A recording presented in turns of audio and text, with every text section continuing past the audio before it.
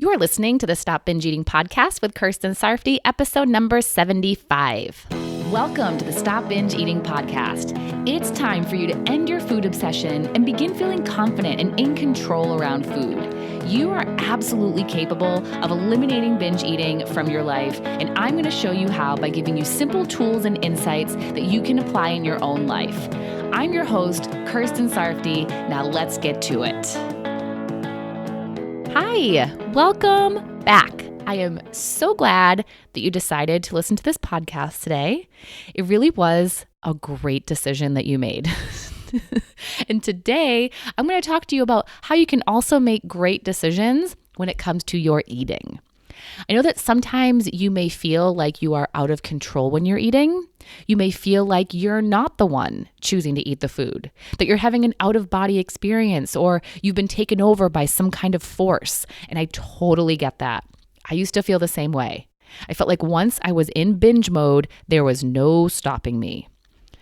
But you can be stopped, and you are not out of your body, and you have not been taken over. You are the one eating the food with your own hands and your own mouth, and you're doing it because you're making decision after decision after decision to eat. You are making a series of decisions that is leading you to continue eating once you've decided to start. You're deciding to eat more, then deciding to eat more, and then deciding to eat more until you decide to stop. So today I want to talk to you about how you can make better decisions when it comes to your eating so you can stop sooner or not even start at all. Let's first talk about the decisions you are currently making. If you're feeling like how I described a minute ago, like you don't have a choice, then you are totally unaware of the decisions you're making. You don't even realize that you're making them. And if you don't recognize these moments of decision, then you can't decide to choose otherwise. Awareness is always the first step. You have to see what's happening before you can change it.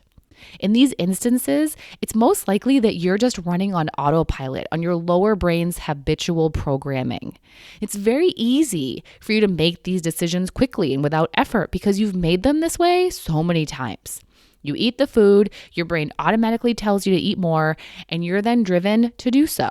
You don't stop it and question it. You might not even be aware enough to hear it. You just go, go, go, and don't challenge any of it. If you are noticing the decisions being made, if you are actually having a little chat with yourself about whether you're going to keep eating or not, and you do decide to keep eating in a time when you're not hungry, you're making the decision based on emotional reasons. You're deciding based on what you feel like doing in the moment without considering the future, or because you want to feel better now immediately rather than making your choice based on your long-term well-being. Now, there's nothing wrong with deciding to eat when you're not hungry. You can absolutely do that if you want to. But if it's not aligned with your eating goals, then it's probably not a decision that you want to be making. It's not a true want of yours, but just a desire you're feeling in the moment because of how you're feeling. You're deciding to take the instant gratification instead of the delayed. You're choosing a short-term solution. You're choosing the quick and easy pleasure over the pleasure of feeling naturally good through true pleasures. True pleasures are things that enhance your well-being and that create true happiness from within you, not things that are consumed to manipulate how you feel and then result in negative consequences when all is said and done. Something else you might be doing that's also not helping you is not making decisions at all and instead staying stuck in indecision. You go back and forth between you want it and you don't, and you will and you won't, and it's on and exhausting. Whatever mental energy you had to begin with gets depleted.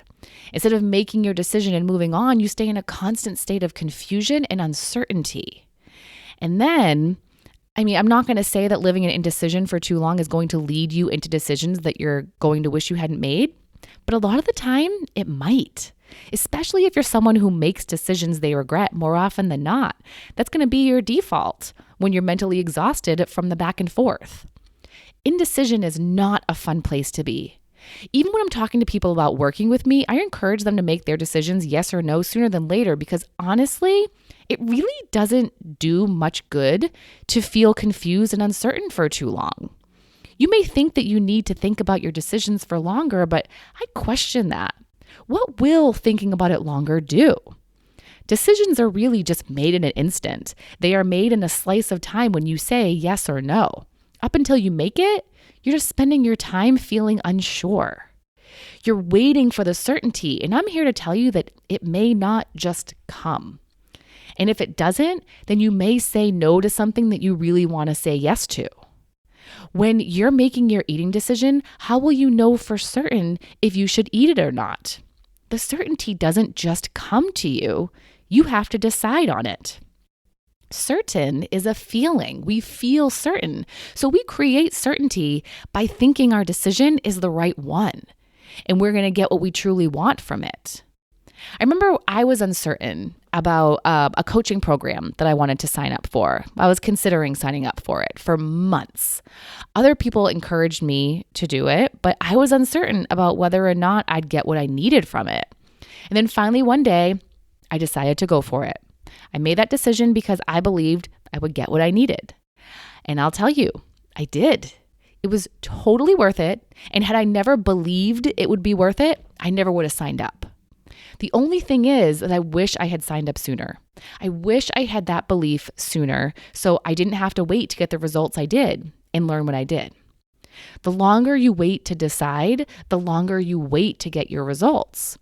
We tie that into food. The longer you wait to decide if you're going to eat or not, the longer you have to wait before you can either get your results of enjoying the pleasure of the food or get the results of overcoming an urge. There is no wrong decision here. The only wrong decision is to not decide, to miss out on getting what you want when you don't decide to get it. Eating the food isn't a wrong decision, and not eating it isn't either. They're both just decisions you're making. They're simply that. It's not until you decide it was good or bad that it becomes that. Even if you chose to do something you truly didn't want to do, it doesn't have to be labeled as a bad decision. It can still just be a decision you made that you would have rather you didn't make. Not bad, just not ideal. It really does feel differently to think about it that way. You're better off just making a decision no matter which way you go and just being done with the confusion and the back and forth. Making the decision allows you to move forward, and indecision keeps you stuck.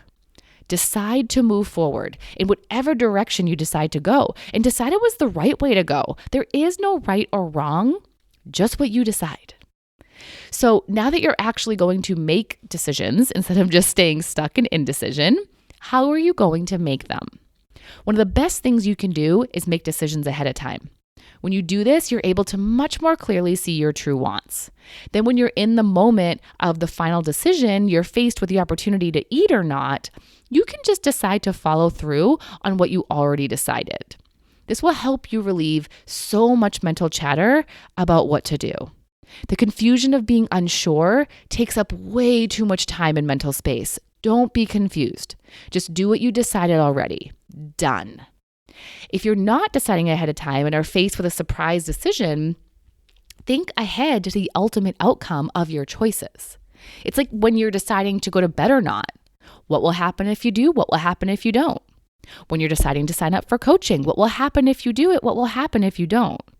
When you're deciding to eat the food, what will happen if you eat it? What will happen if you don't?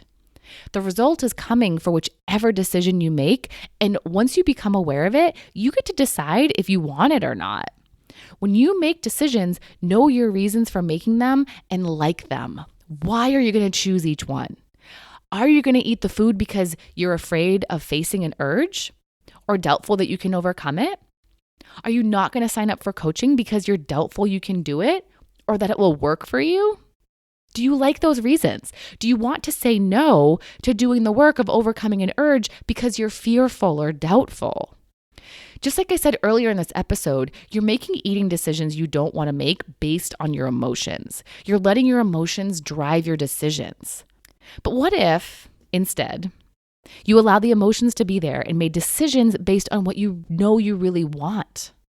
If you were able to see that your emotions are holding you back from doing the hard things you truly want to do, things that will be totally worth it in the end, and you decide that you're not going to hold yourself back, that is an amazing decision right there.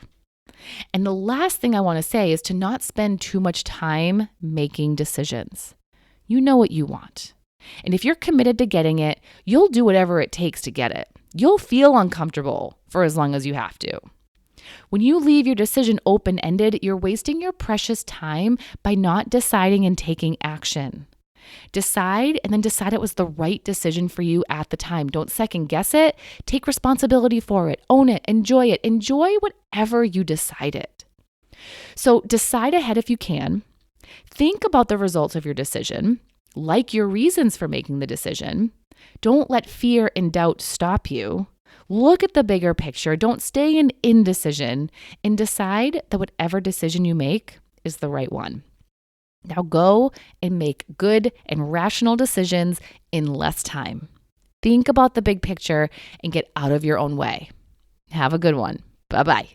Thank you for listening to the Stop Binge Eating podcast. If you like what you heard today and you want more, go to coachkir.com/free. That's COACHKIR.com/free to get some awesome free stuff to help you stop binge eating.